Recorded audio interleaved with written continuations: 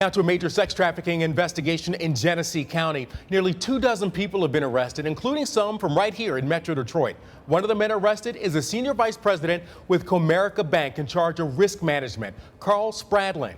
This morning, the Genesee County Sheriff's Department displayed guns, knives, cash, and drugs and video of arrests that took place over 5 weeks.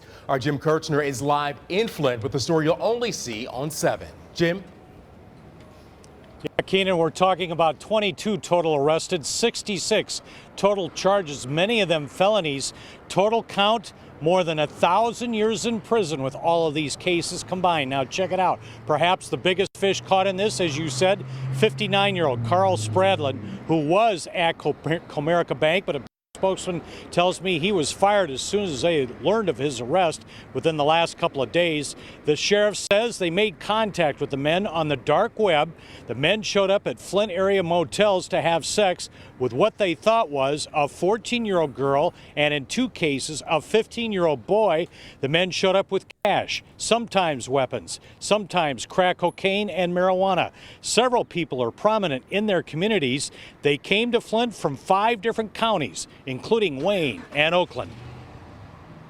A financial advisor,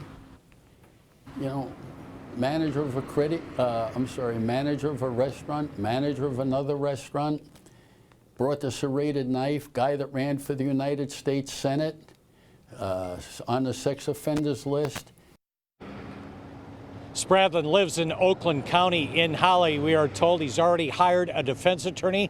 We're going to have more later today developing his case. The sheriff here also announced as part of this, they've also arrested a woman who's charged with allegedly selling her own 6-year-old daughter for sex. Live in Flint, Jim Kirchner, 7 Action News.